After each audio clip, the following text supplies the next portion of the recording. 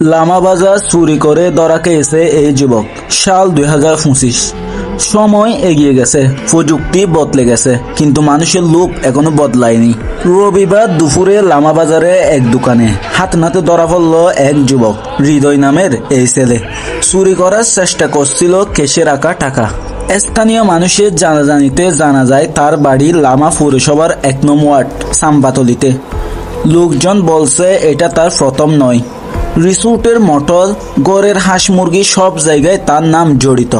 একটা সময় ছিল এই ছেলেটারও হয়তো স্বপ্ন ছিল পরিবারকে সুখে রাখবে, নিজের নাম করবে, কিন্তু আজ সে চুর নামে পরিচিত। সব স্বপ্ন শেষ হয়ে গেল কয়েকটা টাকার জন্য। এই ঘটনা শুধু আমার না, এটা আমাদের সমাজের একটা শিক্ষা যে মানুষ নিজের পরিশ্রম ভুলে শর্টকাটে ইনকাম করতে চায় সে হয়তো কিছু সময় যেতে পারে, কিন্তু শেষ পর্যন্ত হারে নিজের সম্মান, নিজের পরিবার, নিজের ভবিষ্যৎ। মনে রেখো, চুরি করলে হয়তো কিছু টাকা পাবে, কিন্তু সেই টাকায় শান্তি পাবে না।